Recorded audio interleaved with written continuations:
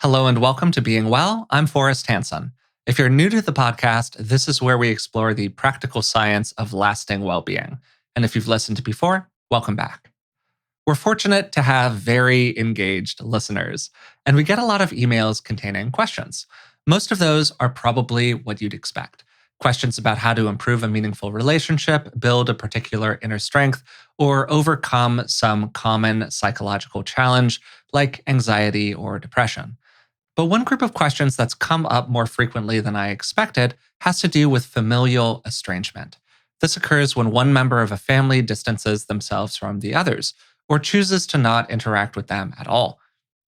Research conducted in 2020 suggests that roughly a quarter of Americans are estranged from a relative. It's an extremely challenging and perhaps surprisingly common situation, and the pain related to it only intensifies around the holidays when people are swamped with family centric messages. Even if this isn't something that you're dealing with personally, the questions that we engage in this territory get to broader questions having to do with balancing our own boundaries with the responsibilities we have toward other people.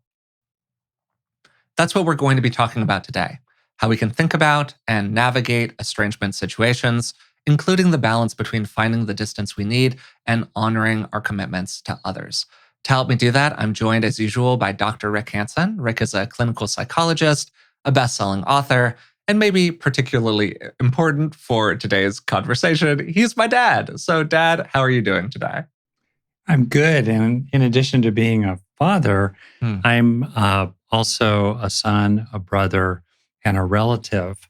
So I've looked at and had some sense of estrangements of different Yeah. kinds in the broader family system, including people I've known about. And then, Hmm. of course, I've worked with a lot of people in this territory. It's extremely poignant. Hmm. And maybe as a bit of a literary way to nod to the 1 in 4 of adults statistic in America, thinking about most literature, including Shakespeare, it's about one kind of messed up family or another, including estrangements. And and then we have on television now one of the top shows, Succession, which is about situations where if there weren't money involved, they would Yeah. all have nothing to do with each other. Yeah, absolutely. No, that's a great summary of the territory, I think, to kind of start out with. Before we get into it today, I want to give a couple of very quick reminders to people. The first is that if you'd like to support the podcast, you can find us on Patreon. It's patreon.com/beingwellpodcast. And for just a couple dollars a month, you can support the show.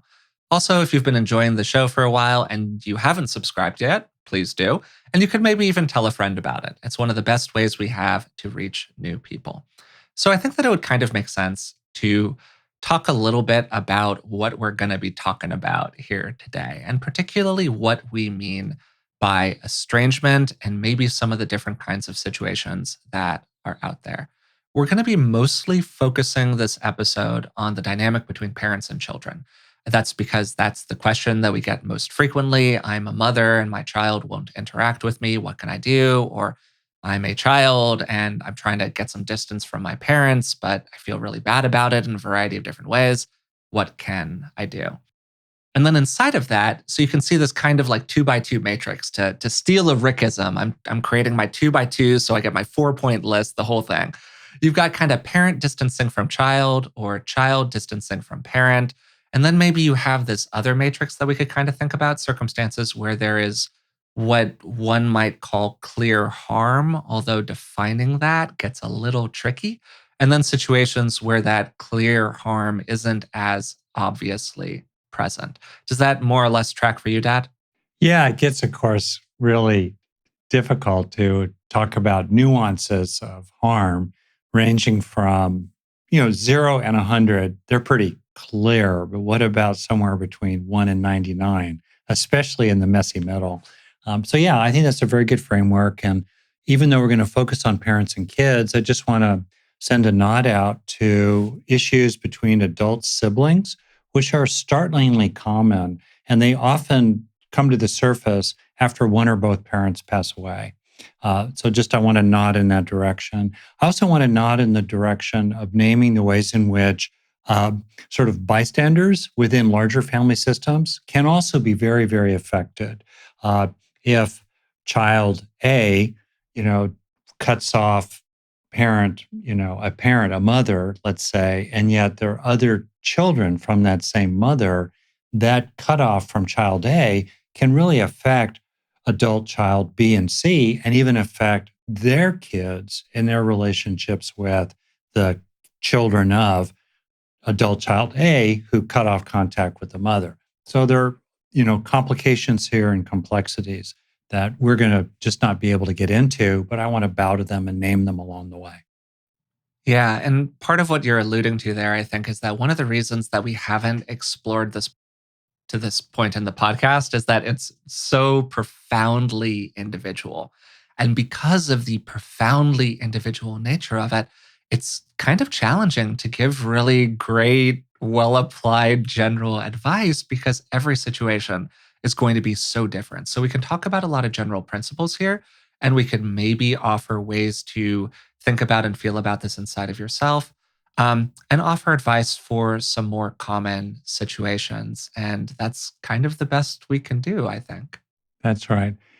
Maybe also to preview two themes that we're going to be exploring again and again, often implicitly.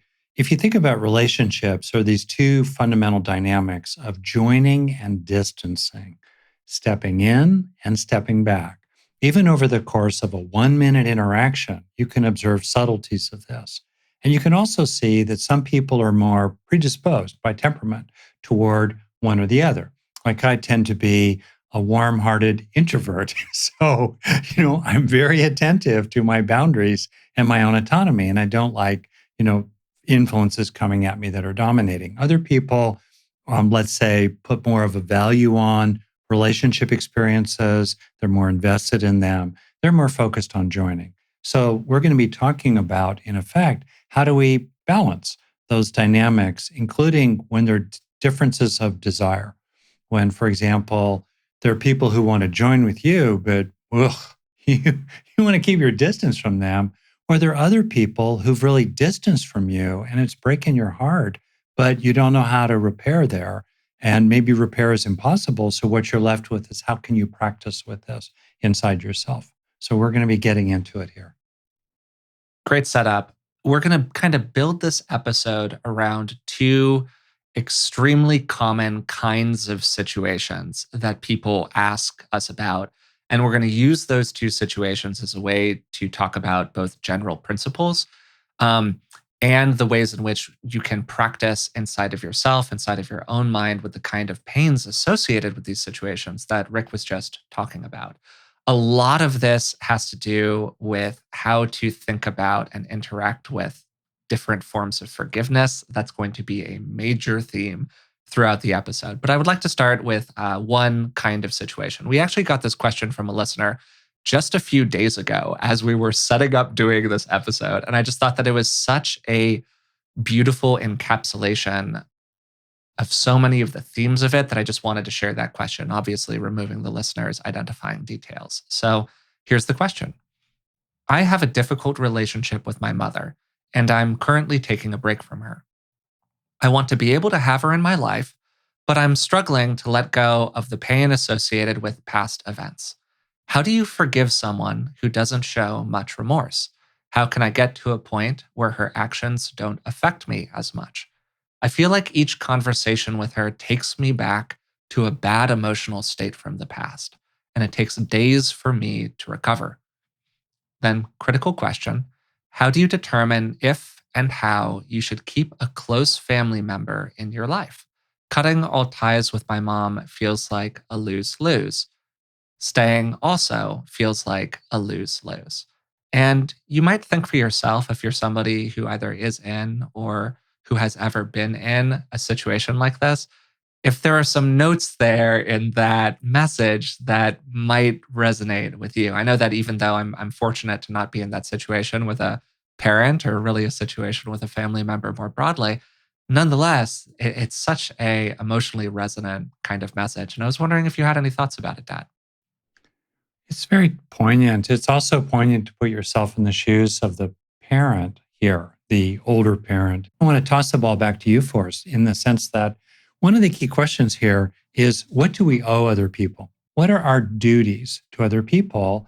And in the mix here is what duties do we have to an aging parent as adults ourselves who didn't really fulfill all their duties to us when we were a kid, ranging from just mediocre to horribly abusive, right? It really is, it's in there. So I just wondered if you could talk about what you think about or how you think about the obligations, including the obligation, if you will, or just the general principle of compassion, even toward people that have harmed us or we disagree with. Maybe you could kind of walk us through there a little bit. I know you've thought about this. Yeah. So I definitely have some biases here. I think we both probably do to a degree. Mine probably derived from the fact that I'm a 34-year-old person who doesn't have kids, but I do have parents. Yours potentially derived from the fact that you have kids and you can kind of step into the parental role and be like, "Wow, what would that be like for me if my kid separated themselves from me in this way?" So I just want to kind of give a quick shout out to those, obvious biases of view here. That being said, a lot of my views on this are derived from my admittedly imperfect, but at this point, fairly well read knowledge of developmental psychology and the inherent power dynamic that exists between parents and children. One way or the other, a parent makes the choice to have a child does not make the choice to be born. That's such an inherently obvious statement that we can kind of gloss right over it without really thinking about it deeply. But children are the inheritors of their family system, of their family history. They are the inheritors in a lot of different ways. Genetically, they're the inheritors of the parents' genetics. Developmentally, they're the inheritors of the parents' behavior. And that's a really important thing to emphasize here. If you have an alcoholic parent and you are a young kid, you are taking the stick for that parent's choices on a day in and day out basis until you are at least 18 years of age. Wow, that's a lot to put on a kid. And I think that it is really fair to emphasize the overwhelming impact that parents have on shaping their children that children simply do not have on shaping their parents. It's an imbalanced power dynamic. And alongside that, I think that it's very challenging to find a greater responsibility in this world than one that a parent has to their child, again, particularly a young child. There's sort of a general principle philosophically that the more power we have in a situation, the more responsibility we have to wield it appropriately. This is where you insert your favorite Spider Man quote of choice if you're into that sort of thing. Um, so, because of all of that, a couple of different conclusions kind of come from it for me.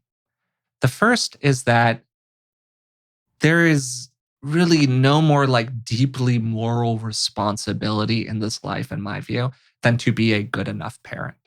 The language of the good enough parent, it comes from a guy named Winnicott, who did a lot of thinking about developmental psychology and about the impact that parents have on children. The idea being that there is no such thing as a perfect parent, there's just a good enough parent. But I think that we all have an enormous responsibility if we take on parenthood to be a good enough parent. And because of that, a parent cleaning up their act in adulthood, in the child's adulthood, doesn't always make up for what happened back then. In fact, it often doesn't. And I am profoundly sympathetic to people who are in that child position who say, look, I just, I can't be in this family system anymore. This family system is unhealthy. It brings unhealthy tendencies out of me. I don't like myself when I'm around it. I've made 1,000 pitches to my parents to change in meaningful ways. I've told them to go to therapy. They won't go. I've told them to stop drinking. They won't stop drinking. They sort of make a nod towards changing their behavior. Twice a year, they'll really cry and sob and beg my forgiveness and then just be right back to it the next day. I have a very difficult time marshaling a lot of, or maybe to put this a different way, I have a lot of time having sympathy for the pain that the parent experiences if the child like chooses to cut them off in that moment. And I also think that the child is entirely within their rights to do so. So that's my kind of framing on the way that I think about this territory broadly. Um, and hopefully there was something in there that people found useful because that was kind of a whole spiel. Well, I'm really glad you offered that spiel. And in this podcast, sometimes we find ourselves talking about things that we've talked about before. This is territory that you and I have never talked about before with each other about. And so I'm hearing newly, really, your own view about it. I would say that if I could just kind of offer my own notions, we're talking about a multifaceted situation, different facets. I think the facets you named are all entirely true. And I'm going to maybe talk about some other facets. They don't reduce the validity of the facets that you've named. They just kind of add to the complexity, I guess, of the range of human experiences. So, first of all, I totally want to endorse the fundamental duty of the parents to the kid. You inflict consciousness on unsuspecting flesh. You owe it a lot, 100% all in there. I just want to kind of mark some distinctions and some complexities. One is to make a distinction between the behavior of parents while the kids are young during childhood, 0 to 18, let's say. Okay. And then I just want to distinguish that, whatever happened during that period of time, between whatever's happened since then, in particular with regard to the willingness or not of the parents to respond to the desires of their kids, to acknowledge fault, to engage repair, to be willing to act differently in certain kinds of ways as a precondition for seeing your grandchildren or having Thanksgiving together. I just want to draw that line there. If we're talking narrowly and strictly about what is okay morally, and this is a judgment call entirely, what is okay for an adult kid to do, an adult child to do with regard to their parents based on what the parents did when during their childhood? Is it okay on your 19th birthday to say, I never want to talk to you again because of X, Y, and Z? What if, when you were a kid, your parent was really pretty neurotic, over controlling, critical, invasive, kind of borderliney, in terms of diffuse boundaries in your business a lot, trying to draw you into being their therapist, and just kind of drove you crazy a lot as a kid? Well, on your 19th birthday, are you quote unquote justified from cutting off contact with that parent and blocking their access, let's say, to their grandchildren through you for the rest of their life because of how they behaved when you were a kid? I'm just adding a complication here. Another complication I want to add is the ways in which how parents behave in families is the result of a vast network of causes and conditions. How they were raised themselves, their economic situations, their health, the behavior of their partner, um, whether they had a partner at all, other things they were dealing with, other siblings sometimes that are in the mix who were special needs in some ways that drew the parents' attention in. I'm just tossing in complexities that affect and highly influence, how a kid is affected. Then also in the unfolding of our childhood, we're really typically highly affected by our peer relationships of various kinds, or our relationships with others outside the quote unquote nuclear family. And yet often we tend to attribute fault to our parents because they're kind of local and clear, when in fact, a lot of other factors were really in the mix as well for ourselves. So I'm just kind of offering this, not in any way, shape, or form to let the parents off the hook for what's genuinely problematic, but just to kind of sketch some other facets in the situation. Yeah, I think that it's natural to, like you were saying, kind of localize responsibility to the parents for a wide variety of things that are going on inside of the family system that the parents themselves might be, to an extent, a prisoner to. At the same time, sometimes somebody finds distance, whether it's a parent, a child, a sibling, or whatever, because what they need is distance from the family system. And the parent essentially becomes collateral damage in that equation. And that's what needs to happen because the family system is unhealthy, the family system is abusive, the family system is problematic, the family system is bad for that person's mental health. And maybe it's not entirely the parent's fault, but I think that it's just the way it is sometimes because the system is unhealthy. And I I think that there's a distinction to be drawn here between blame, like who gets the blame, and what we're actually doing over here in this kind of other category.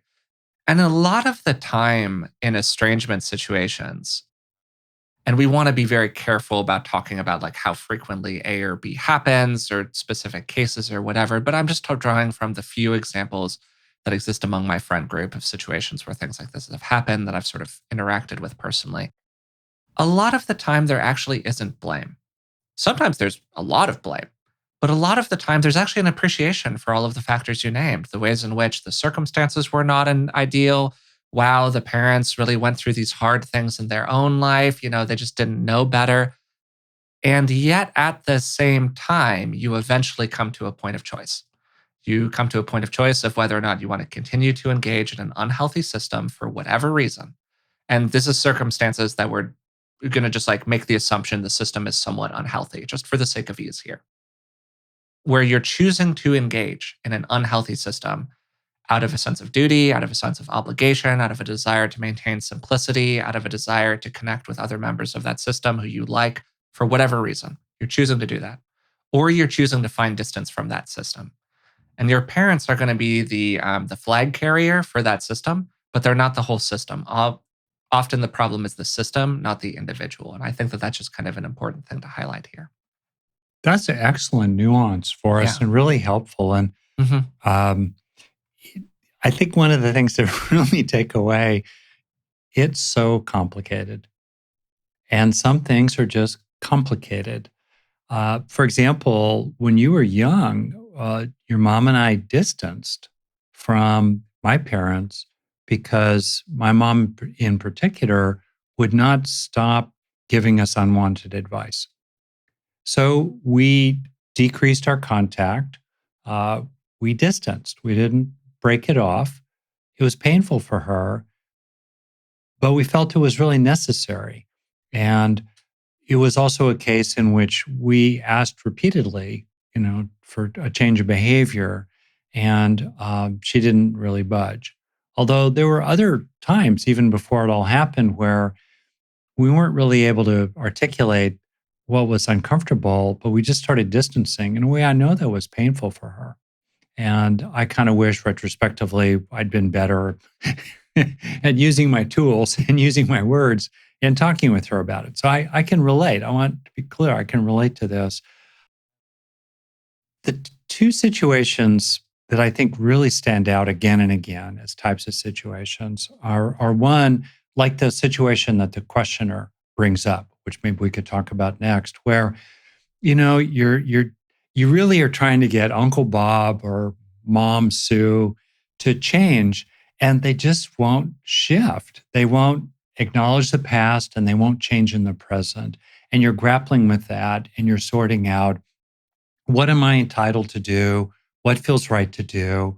How to deal with this? Even if sometimes, for example, you feel you have the right to reduce that contact even to zero, deep down inside yourself, there's often still a fair amount of unfinished business about it, that and grieving and loss. And gosh, I wish it were different. And you get a funny feeling in your belly every time you think about it, even though you feel clear and justified in your stance. So that's one category. The other category, that I've definitely observed routinely, and I've experienced it, is you're rolling along. You kind of think everything's basically okay. Maybe you get a funny feeling a little bit, but there's nothing particularly overt. And suddenly, this relative of yours, this kid, this parent, this stepmother, this cousin, just cuts you off. Boom. And they won't talk with you about it. You're not even sure what happened. Or maybe they tell third parties this exaggerated account of what happened that is just not factually true. What? And how to deal with that. So just to name both of those as pretty typical kind of situations, I think, where there's a lot of suffering involved. To return to it, again, difficult relationship with mom. Would like to have her in my life, but I'm struggling to let go of some past things. How do you forgive somebody who doesn't show remorse? That was a line in the question that I really want to focus on. Part of what we're talking about when we're talking about the situation that you were describing, Dad, where you know that something is problematic. There's something that somebody else is doing that is causing you harm, causing you bother. You've told them to not do it and they continue to do it for whatever reason. To me, any kind of full reconciliation with somebody else in adulthood requires a complete apology. That is the a number one first step. It requires admitting what happened. It requires being deeply honest about it. It requires apologizing for it. And then it requires very, very critically a commitment to functional change. A lot of the time people apologize, but there's no actual functional change. And what really matters is functional change in the nature of the relationship and the problematic behavior in whatever's creating the problem for you. But there's another kind of forgiveness that we talk about in the book Resilient. It's right behind me if you're watching on video, which is this idea of disentangled forgiveness, or what I've kind of taken to calling functional forgiveness, which is a form of forgiveness that you extend on your behalf rather than on the behalf of the other person. It often includes a shrinking of the relationship between you and the other person. Just like you were saying, Dad, you kind of going, look, I understand that right now my mom is causing problems inside of my primary system of relationship because of the way in which she is interacting with that system. Me and my wife are trying to raise this kid. My mom's being a real pain. Okay, we're going to kind of exclude her from that process. So that way you can kind of shave off the sorts of things that cause friction between you and the other person. Maybe you just stop talking about politics with a relative. And every time that they try to engage you about politics, you commit to smiling and nodding and essentially not responding. And of course, situations vary a lot here. And there are situations where I certainly wouldn't be doing that. But okay, if there are little things where I can go, yeah, Uncle Bob, whatever, maybe pruning that out of your relationship makes having any relationship at all functional. So that's the first thing that I would ask. Like, are there things that you could shrink from your relationship with your mom that would enable it to improve in dramatic ways? When I think about the particular question, and it's a common situation, in a sense, we're balancing duty to other, duty to self. So to just kind of walk it through, you could think to yourself in a situation like the questioner brings up, or in other type situations, what do I owe this other person? And then you decide for yourself. Maybe you believe, as I believe for myself, that in a broad sense, I don't know if the right word is duty, but we have a principle of compassion to live by that's unconditional. There could well be compassion for the parent of an adult child, all right, while at the same time feeling entirely all right with separating from that person because it's just so harmful for you or your own family system to be with that person. So I can kind of get that. Also, sometimes what happens is that we're dealing with people who are relatives and we look at them and we realize they're never going to change. They're never going to change. And then based on not so much even our compassion for them or our duty to them, what kind of relationship do we want to have with them? For all kinds of complicated reasons based on our own priorities and our own agenda. Maybe for the sake of our children who are really young and are not really affected by how neurotic and I don't know, whatever, annoying our parent is. It doesn't really matter because the kid's 2, 3 years old and grandma's really sweet. She brings presents. It's not a big deal. So maybe we say to ourselves, I'm just going to kind of ignore all these things I know about my mother, the grandmother of my children, and I'm going to enable an ongoing kind of contact and I'm going to keep an eye on as long as it's good for my kids. So I'm going to make that choice, which is along the lines of what you're saying, kind of shrinking the relationship, but focusing in a particular area. But the point I'm trying to underline here is the way into this is your own priorities, your own purposes, how you're setting it up in ways that are good toward your ends. You're setting up the relationship with your own parent as a means to ends that you personally care about, including in my example here, the benefits for for your own children, for example.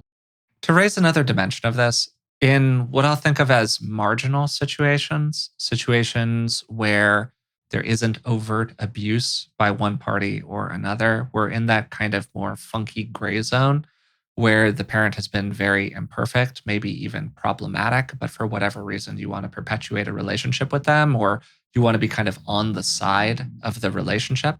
I think that clear communication is a huge part of it, being very clear and very open about the ways in which the problematic behavior is problematic, the ways in which that behavior is problematic for you specifically, and what needs to change in order for you to maintain a relationship with this person. Those conversations are almost universally unfun and are often enormously challenging. In my personal experience, that is a conversation that happens frequently in these normal range situations. It's actually very obvious to all parties what the problematic behavior is and the ways in which it needs to change for the relationship to continue. But I think that if we're approaching this from a moral dimension of what's your responsibility, you move so cleanly into full morality for whatever choices you make after the warning if you give warnings. There's no question anymore about whether or not you are kind of entitled to do what you say you're going to do because both parties have made their choice. A clear communication has been delivered, the other party has chosen not to receive it. And well, now you're at choice about it. And it can be an extremely painful, extremely uncomfortable choice, but you've done your duty. So I think that that's kind of a dimension to name here that we haven't really spoken about directly to this point. I think it's a great point. And Yeah. I've known clinically many, many situations where the adult child says to their parent, this or that, I don't like X. I would really want you to start doing Y. And their parent just brushes them off. They can't believe it. They don't want to admit it. They don't take it seriously. And it's very frustrating. And finally, sometimes you need to do things like not come home for Christmas or not invite them to the wedding for the point to be really communicated. And then maybe sometimes after that shot across the bow, there is a big wake up call. There's a big wake up call that can sometimes happen that can really lead to a very beautiful kind of reconciliation. Uh, I'm not saying it happens in the majority of cases in my own experience, but it can possibly happen on the one hand.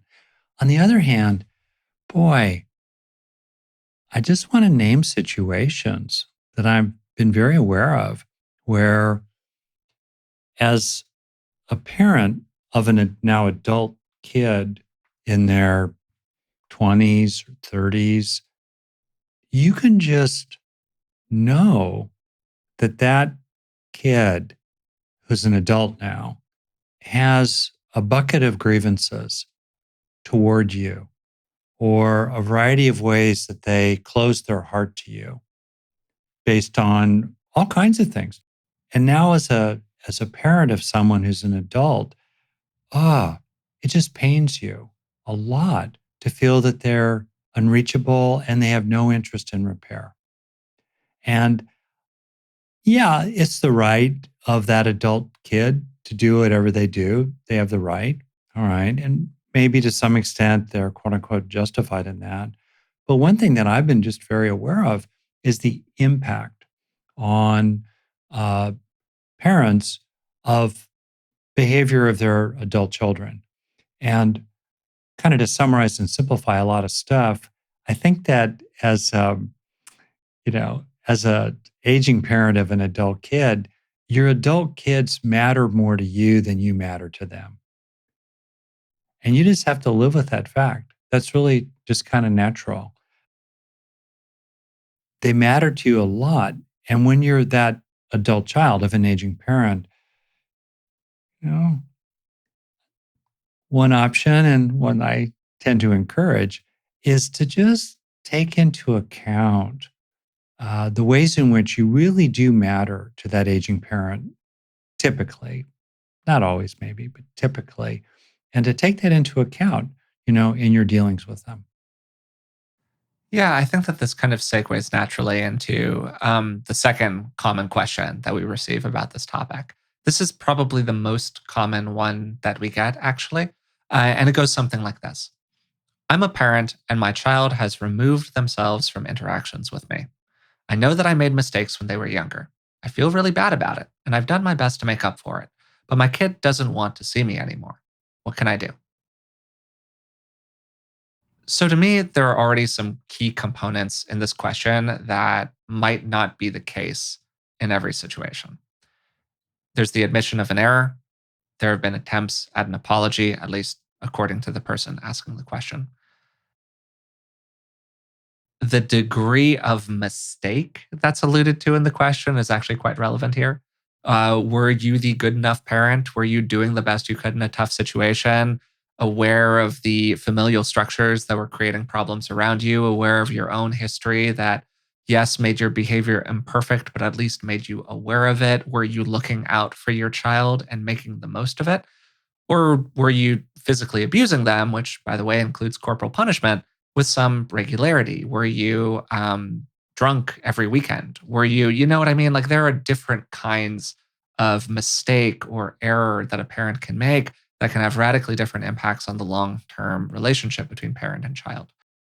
At the same time, getting bogged down in arguments about what happened is almost never useful. And particularly, I want to highlight something really important here.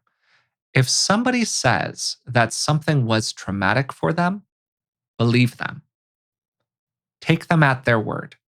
If that includes a painful admission on your part, if that includes a painful acceptance on your part, well, that's kind of a part of it. If it requires that you see the world through a different lens than you are currently seeing it, well, that can be a part of it. Like, we cannot advocate for another person what constitutes traumatic. And in my very limited experience with these kinds of situations, people often get bogged down in that as opposed to simply moving into responsibility taking and, okay, what do I need to do now? I want to acknowledge the ways in which this feels like a different episode than our usual in the carefulness that we're both using to walk through this. And I guess I just want to say for the record, I don't think you and I have unfinished business between us that we're tiptoeing around. I think No, we're yeah. walking carefully and delicately because No, it's a there are no minefield in covert general. communications being made We're here. okay. To be obvious here. Yeah. Yeah, this We're is not good. this We're is not good. We're a good. Rick and me thing. We're really good. That said, gosh, Yeah. I hear you, Forrest. There's so much truth to what you're saying on the one hand. On the other hand, facts really do matter. You know, for example, if a parent, so I like like an aging parent, the let's say denies the fact that they were three sheets to the wind most dinner times, and definitely in the bag by 10 o'clock at night, drunk. Uh, if they're just not willing to cop to that fact, which was observed by multiple people factually, well, that's a real issue because facts really matter, right? Uh, it's also true sometimes that where the wheels really tend to come off in families is in the teen years. And having been a teenager myself, having raised two teenagers, and also having worked with a lot of families, to be frank, neurologically, the teen brain,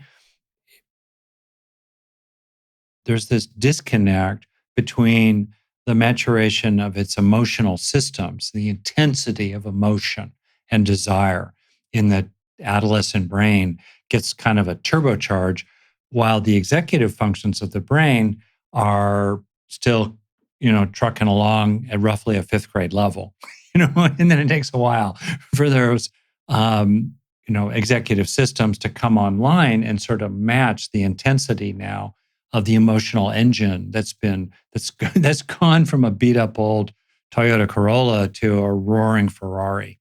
And there's situations where that 13-year-old kid can interpret events a certain way or have a really intense reaction to something, boom, and then just swerve, make a sharp left turn from that parent, which then sets the course of their relationship for the next 30 years. And maybe there were things that 13-year-old didn't understand about the situation that the parent was exercising authority in, Yeah. or why the parent had that intense reaction, when the school called. Yeah. So at the end of the question, there's that very poignant line, my kid doesn't want to see me anymore. And there could be a lot of different reasons that a kid doesn't want to see a parent anymore. We can't really parse all of the different situations. We can't parse all of the blame in terms of who's responsible for what. Maybe some of those situations include a teenager just for whatever reason gets sucked into the river of a problematic life path that ends with them removing themselves from their extended family. It could also include a situation where, frankly, the parent was profoundly problematic in a variety of different ways, doesn't fully recognize the extent to which they were profoundly problematic, and now their kid has distanced themselves from them. Regardless of the situation, that parent is also a human with human emotions. And it's painful to have your kid not want to see you anymore. And then there's that question at the end, what can I do? And I think that what can I do has kind of two aspects to it. The first aspect is how could somebody go about attempting to reconnect with somebody who is estranged from them? And the second question, which I think is kind of the more important one, and is certainly the simpler one for us to talk about, is what can that person do inside their own mind to deal with the grief and loss associated with that estrangement? And this really applies on both sides of it, right? This applies to estranged parents, this applies to estranged children, estranged siblings, whatever else. That grief and loss is frequently present. It's a really good setup. And to name one more complication on the way into talking about how a person could practice with it themselves, there's also often the role of third parties. For example, in a divorce scenario in which there are two parents, they have a child, they separate, they divorce. And in the process of that divorce, for various reasons, that child becomes closer to one parent than another parent. And maybe in the process of that, sometimes the parent they got close to does little things to turbocharge the estrangement of the child from the other parent. And part of what's in the mix is you feel mistreated by, even betrayed by other adults, including potentially your former spouse, in the larger system. And that can kind of get in the mix as well. So I'm just kind of naming that. I think a place to start is the good old fashioned be with the experience. You got to start by bearing the unbearable, as our guest, Joanne Cacciatore, wonderful, wonderful guest, titles her book, Bearing the Unbearable, where she focuses on the loss of children and other kinds of deep, deep loss. But more broadly here, I'm talking about dealing with, in the traditional metaphor, the first start of life. It hurts. It hurts. You're cut off. You want to connect. You feel helpless. You feel shamed in some ways. May well feel there's an injustice here. Whatever it might be, these reactions are arising in you. They're painful. They're suffering. So I think it's important to start there, holding how it feels in spacious awareness, bringing compassion to yourself, bringing tenderness to yourself, recognizing the common humanity of your situation. It's easy to feel that you're uniquely bad. You must be uniquely horrible for your son or daughter to cut off contact with you. When in fact, this is very normal. It's very common. You may well have been bad in some ways. That said, it's also common humanity here. So I think that's the first place to start, just in terms of just feeling it, being with it, and being okay about it. So there are two sides to this, right? There's were you the cutoff or were you the cutoff E? And there's often pain associated with both experiences. And I think that it's really important to emphasize that, right? Because it's very natural for us to attach to the pain experienced by somebody who was cut off. But just as frequently, there is pain in the person doing the cutting off, regardless of how problematic your parent or child was. There is still often, because we are deeply social animals with millions of years of evolutionary history that goes into us wanting to just love and be deeply committed to this primary attachment figure, you still have this part of you where you're like, crap, I still love this person. Yeah. I hate them, but I still love them. Yeah. What do you do with that? Like that is an incredibly challenging experience for somebody to be going through. Um, Huge, so this dynamic exists on both sides of it, right? for sure. Another way into the kind of acceptance part of this, maybe a little bit, as you're saying, being with it, the human experience, common humanity, is acceptance that painful things happen in life. And I don't mean to kind of demean it by just bringing it down to that level, but it's true. Painful things happen in life. Sometimes we cause those painful things, sometimes we don't. Either way, they're painful. And we need to move into an acceptance of what is. Because if we're just constantly expending our energy, raging against the river of what happened, we're never going to be able to move on. We're never going to be able to come to peace inside of ourselves. So I think that for some people, there is an absolute place for acceptance of the current state of affairs that they have not fully accepted yet. Maybe that means accepting that your kid's never going to want to talk to you again. I don't mean to be kind of brisk about it, but maybe that is what it is. And it's only by entering the acceptance phase that we can move in to any other psychologically useful phase. But it starts with acceptance. That's a very acceptance and commitment therapy ACT kind of approach. But still, I just think it's deeply true for most of the experiences that we have. Yeah.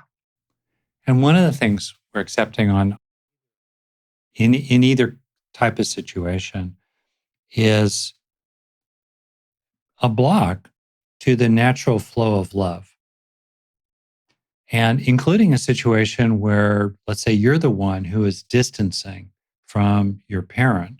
Part of the pain of that sometimes is a wish to have a healthy mutual relationship in which there can be a flow of your natural love. And it's poignant and sad that you can't do that with that person because of the way they keep on acting. They keep driving you crazy, understandably. Flip the other way, if you're the older parent of an adult child, there too, you want to have a natural flow of love and relatedness. And it can't go anywhere, right? It has nowhere to go. There's a primary kind of suffering in that. So for sure that's true. I could add a few things if you like from what I've seen about it. Let's say if you're in the position where someone has distanced from you more than you would like, and they're, let's say, unwilling to repair. Let's say that's the case. What are some of the things you can do? I do think it's helpful as long as you're not chasing minutia and ruminating and rehashing to really take a hard, searing look at all that you did on your side of the street that was problematic, that your adult child is reacting to.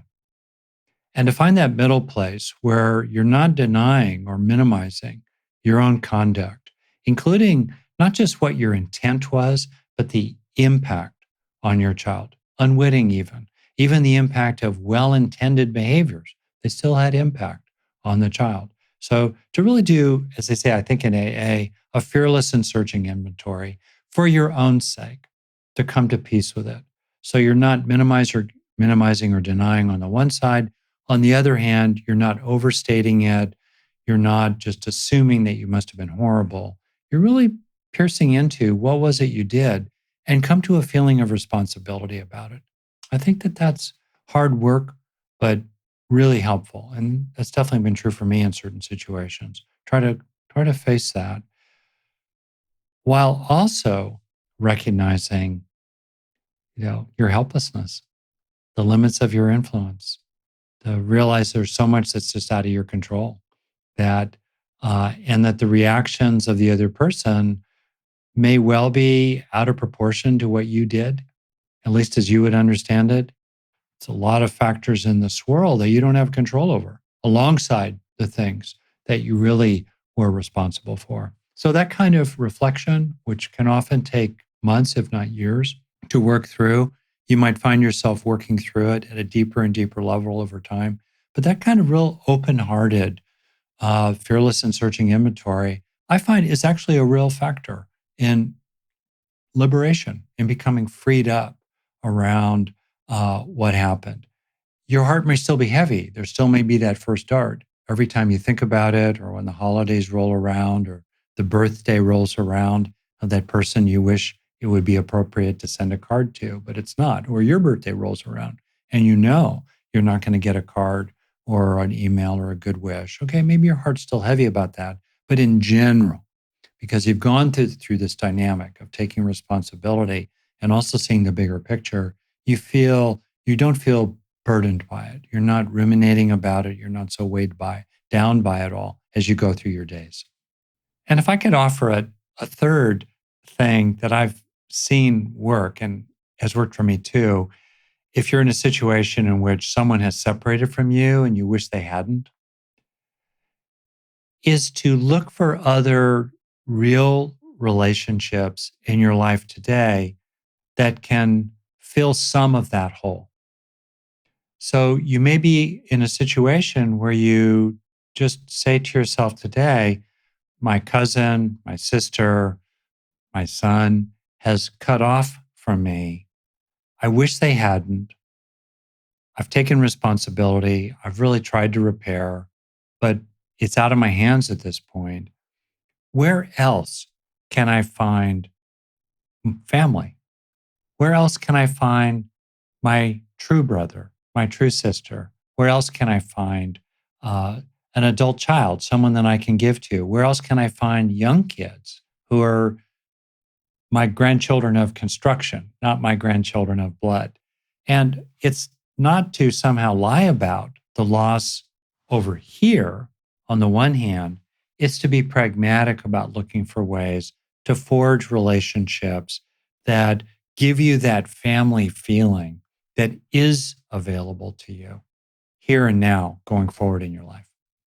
Yeah, no, I think that can be a great way to get some of the resources that you might not be getting right now from your family of origin. And it's also pertinent to people who are trying to find distance, not so much to find a surrogate parent, but to look for the kinds of relationships that they can build in their life through which they might be getting those familial resources in actually a more psychologically healthy way than the way that they would be doing it through their actual family of origin, which is something that comes up very frequently. There are two parts of this that we've talked about a little bit, but we haven't talked about in detail. We're getting kind of toward the end of our conversation here, so I don't want to spend too much time with either of them. But the first question is when you're a person who's in a position where you're beginning to think, wow, I might need to find some separation from my parent, child, friend, brother, whatever it might be. And then the second circumstance is somebody has separated from me. I really want to reconcile with them. What can I do to make that go as well as possible? Understanding that they, of course, still have all the agency in terms of deciding whether or not we have distance ultimately. And those two circumstances track very neatly to the first question we got: how do I choose whether or not to keep my mother in my life? And the second question we got: my kid is taking all this space from me. Oh my God, what can I do? And so I would like to spend just a little bit of time talking about those two different circumstances. How does that sound to you, Dad? Sounds great. Good distinction. Great. Okay.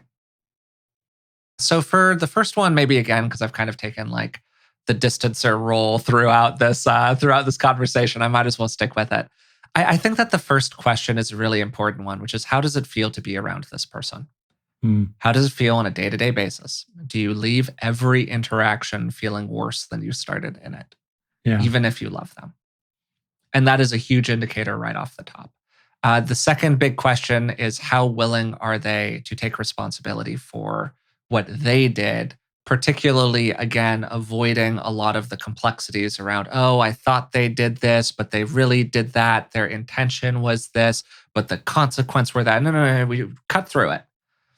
What are you pretty darn sure actually happened? What were its real consequences on you? And are they willing to take responsibility for those real consequences? And if they're not, again, that's a really big indicator. Maybe finally, attached to this, and this is something that I kind of wish we had spent even more time talking about, is the person that you're distancing yourself from willing to make sacrifices inside of the broader family system to keep you around? And I actually think that this is a hugely important part of the whole thing. Often, as we were saying right at the beginning, the parents are the figureheads for an unhealthy family system. It's not just the parents' fault, it's the cousin's fault, and the uncle's fault, and the aunt's fault, and the second stepmother's fault. These very chaotic family systems. Is the parent willing to go, you know what, little Timmy, I love you and my relationship with you more than I love and care about my relationship with these other people. And therefore, I want to have an individual relationship with you. And you don't have to come to Christmas anymore. But I would really love it if the day after Christmas, I was able to go over to your condo and we could just hang out together. Maybe that's accessible for that person in a way in which that big family system is not accessible because it is fundamentally unhealthy. And if the person isn't willing to check these three boxes, basically, make basic interactions pleasant, take full reasonable responsibility, and then change behavior around what happened, and do what they can to improve the broader family structure, or at least make it so you don't have to interact with it. If they're willing to do those things, I think that you've got a good basis for continuing some kind of relationship with them. If they're not, wow, it makes it really hard. That's all deeply wise. And I want to name another complication, which has to do a lot with culture. I mean, you and I come out of Western culture, American Great point. culture, Yeah. late 20th century, early 21st century. I've had interactions with people, for example, when you were young in school settings. These were parents of kids that you knew. And the parents were born in India and they came to America some time ago. And I found myself asking them, so what's it like for you here? And their comment was, it's terrible. There's no sense of family. There's very little relationship. People don't connect with each other. It's like you're all just strangers, ants passing in space. I was really taken aback. I thought, whoa, wait, we live in a fairly, middle class, upper middle class suburban environment. It's pretty sweet. People are nice. Like, wow, this is horrible. And yet for them, it truly was. For them, it truly, truly was. So you and I are talking here about kind of a weighting on family and obligations and generational obligations that are very culturally situated. And I just kind of want to name that we're talking about it in a hyper individualistic kind of Western culture way of saying it that's actually anomalous over the course of human history. You think about it, certainly anomalous in hunter gatherer bands. So just kind of naming that part. Yeah, and some of that is born from changing obligations over time to different groups. Like if we're talking about this in the 18th century, the family was literally all that you had, often all that you had in terms of your place of work, where you derived your food from. We think about ranch environments from not that long ago, like the situation that my grandfather, your father, was born into. You don't really have the choice of taking a lot of separation from a problematic family structure. You're just kind of there, and the nearest family is 20 miles away. We live in a very different situation these days. Yeah. So, in terms of deciding whether you're justified or what to do, let's say, in terms of reducing contact, distancing, even cutting off your own aging parent, maybe, I thought the way you walked through that for us was extremely useful, really, really Great. useful. Yeah, thank you. One thing I would just like to flag as I bring in the other side of it. On the one hand, if the aging parent were in my office, I would say, do whatever you need to do, short of sticking an ice pick in your ear, to keep your daughter happy, to keep your son happy, because they have the power. Uh, they matter much more to you than you matter to them at this point. Do whatever you need to do, unless it just seems incredibly egregious. Absolutely. I've given that advice multiple times. And by the way, I'm going to try to keep that advice myself. If you bring a little list to me, including on behalf, sometimes what happens is, on behalf of, your partner, let's say, or your kids or something like that. Okay, on the one hand. On the other hand, I've also known situations where I would ask my client, so what bugs you about your mom? Like, what's the big deal? Like, what really bugs you? Or why have you cut her off for the last couple of years? And they'll say, well, honestly, she has this habit of chewing with her mouth open in restaurants. And it's embarrassing and it drives me crazy. And I'm like, really? Now I'm a therapist. I'm supposed to stay neutral basically and not be, take sides.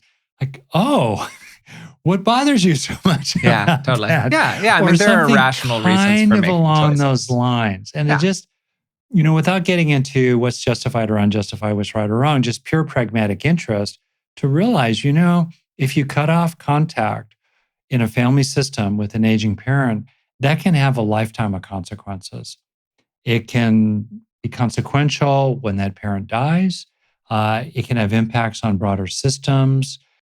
It's consequential. So just really take that into account when you're ready to make these big steps. Yeah, these are big decisions. And I think that most of the people who are listening to this are not making them trivially. So maybe from the other side of it, then, coming from the perspective of the person who is being distanced from, are there things that they can do, you think, to engage this process as, well, consciously, skillfully as possible in terms of attempting to reconcile or repair or achieve forgiveness from the other person? Take maximum personal responsibility yourself. Be careful yourself on poo pooing the complaints of the kids. In your view, it might seem like such a small thing that they don't want to do Christmas in a particular way, or they're less religious maybe than you are, or they, really want you to not interact with their spouse or their parents-in-law from their spouse's side in a particular kind of way. And internally, you think to yourself, really? Is that big a deal? Well, guess what? For them, it really is that big a deal. And they matter more to you than you matter to them. So it's in your best interest to walk on those eggshells if you think they're just eggshells and keep the peace. I would say that. I would say also if someone has cut off contact from you, I think it's really helpful to stay out of justifying yourself, which is, I think, Forrest, been very much your own counsel here, and to really try to understand. In the Stephen Covey 7 Habits of Highly Effective People, which I definitely recommend. One of them is seek to understand before seeking to be understood. Really try to understand what in the world is going on and cop to it to the maximum possible extent, to really bend over backwards. And third, if you do make agreements, keep the agreements, keep the darn agreement. If you agree not to drink at the holidays, if someone puts the world's best champagne in front of you, don't touch it. Keep the agreement. If the parents never want you to use certain kind of words or to give a gendered kind of toy to the kids, don't do it. Do exactly what they want you to do. If you make that agreement, absolutely keep it. The last thing I'll say is that sometimes it's helpful to write a letter or maybe try to send some kind of olive branch or communication through a third party, someone who's an intermediary. If you are going to put something in writing, be really thoughtful about what's in writing potentially being used against you or taken out of context. The last thing I'll just say is to realize that in this life, so many weird things can happen. It's a long, long, long life. And to just accept the fact that in this life, certain dishes are going to come your way. When I rewind this whole interaction, which is an unusual conversation, tonally even, there's kind of this background of mourning in the vibe. There's a kind of grieving here and also an aggrievedness. Yeah. Yeah. And I think it's part of what makes this whole territory so challenging to talk about. There's such a range of situations, such a range of kinds of grievance and levels of grievance. Sometimes people are separated from who totally deserve it. Sometimes people are separated from who may or may not deserve it. Like maybe they just got dealt a bad hand and it's not really their fault and they did the best they could, but they really did do something that legitimately hurt somebody else. On the other hand, maybe the person who's acquiring separation is just being profoundly self centered and not caring about the emotions and situations and experiences of other people. Just as the parent has overwhelming power over the young child, man, as people age, particularly as they really age, you start moving into health situations, you start moving into low mobility. The child has an enormous amount of power over the parent. Also, generally, in terms of dictating when people see each other. Because most of the time, as you were saying, you want to see them more than they want to see you. And I mean, I'm grateful that that's like not our dynamic. I really love seeing you guys. Unfortunately, I live close enough that that's an easy thing for me to do, but that is often the case. And when we have these big power imbalances, and maybe this is just kind of my closing thought here, our responsibilities change. And maybe there's a moment where there is a lot of water under that bridge.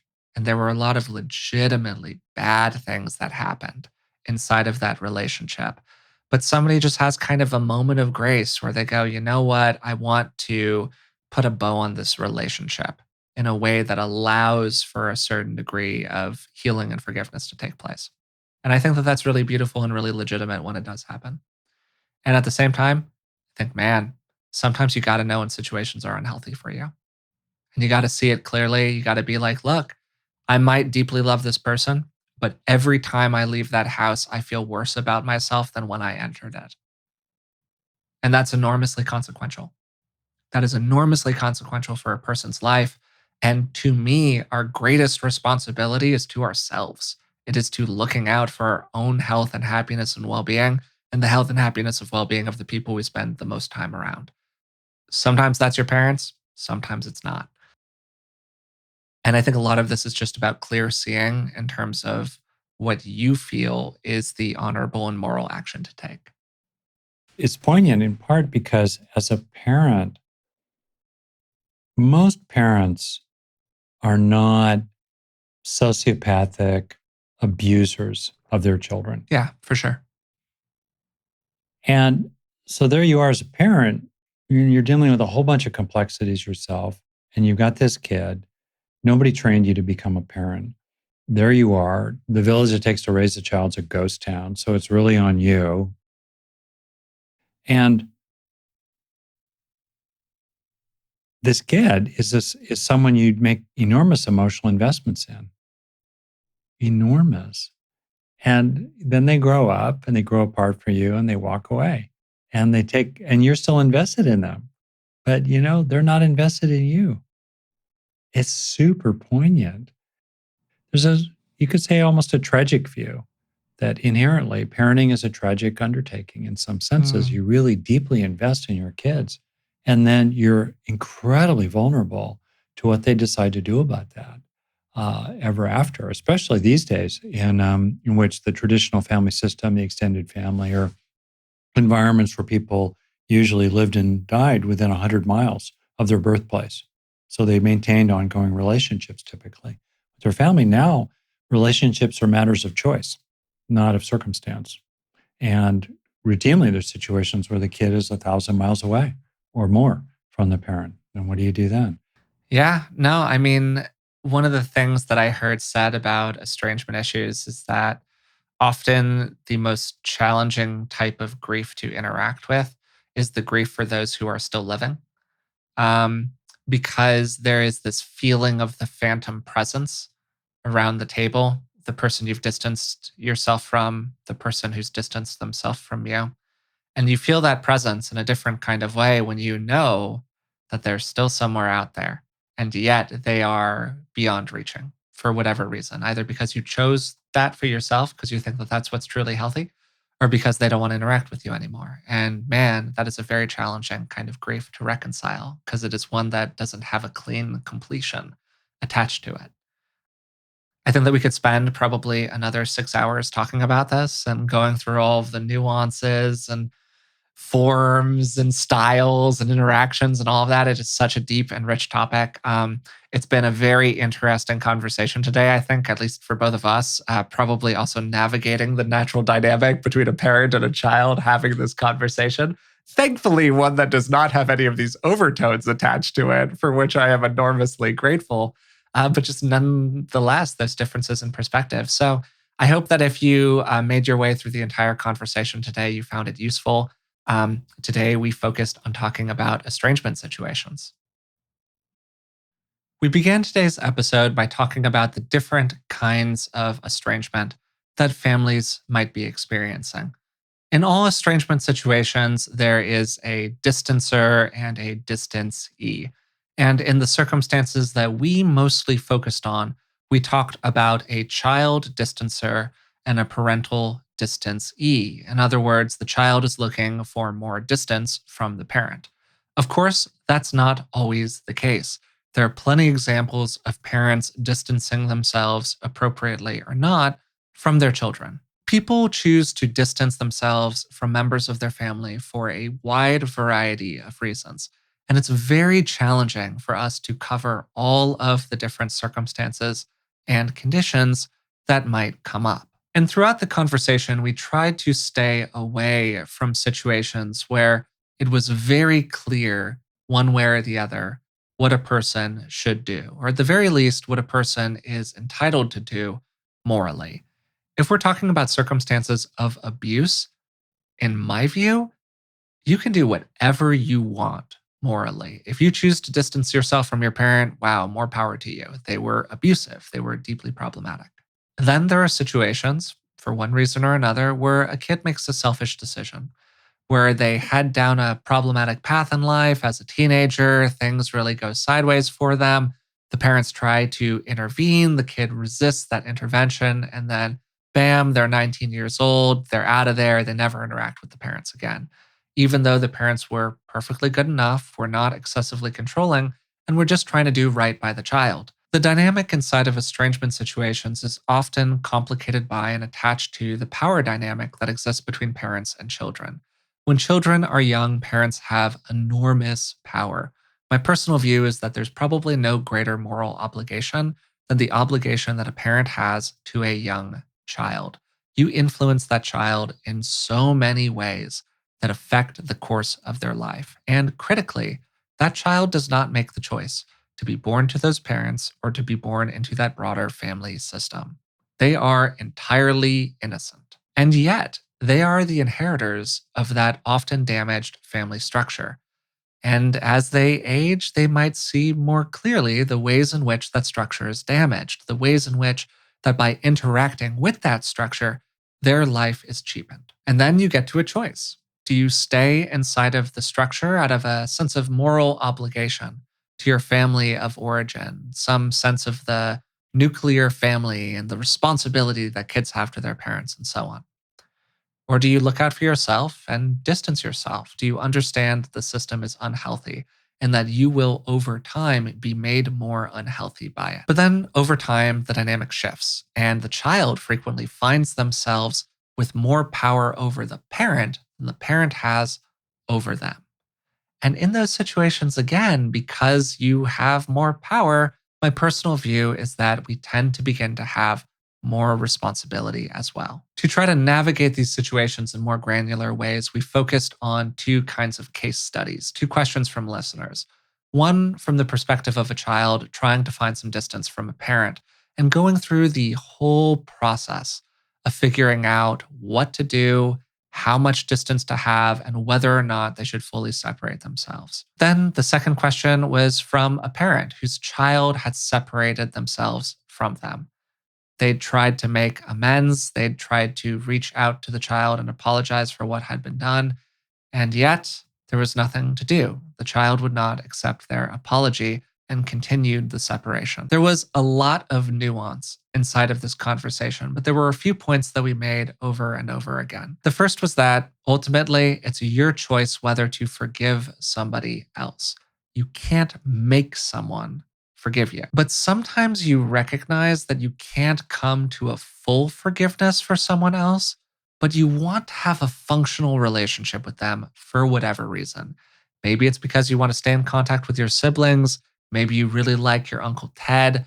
Maybe you just kind of take a pragmatic view and you go, look, I want to have an inheritance one day.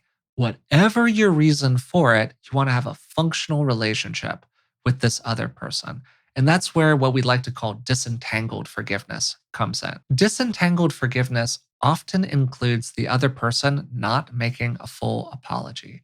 You're just trying to get to a place where you can almost forgive them on your behalf rather than on their behalf. It's a place where you can let things go and you can begin to hold the relationship inside of yourself in a way that allows you to have some separation from it. You don't feel as entangled in it. You're not worried about whether or not they'll one day apologize for what they did. You're taking it where it is and you're going, you know what? I still want to be functional with this other human. Inside of yourself, that might involve a real clarity that what they did was profoundly messed up and you would never do it to somebody else. It might involve never having a certain kind of conversation or a certain kind of interaction or being around them in a certain kind of circumstance ever again. And you might be perfectly clear about that inside of yourself. Another thing that we emphasize is the importance of responsibility taking. If you're in a position where somebody distanced themselves from you, take to whatever extent possible full and complete responsibility for what you did. And then, critically, it's not so much about the apology, it's about the way in which the behavior then changes. In many kinds of estrangement situations, what happens is there is this long cycle of one person saying to another, I need you to change in these ways, or saying to them, here are the ways in which you hurt me. I need you to take responsibility for that. And then I need you to change in these ways. And the person gives a tearful apology. They promise that it'll be different in the future.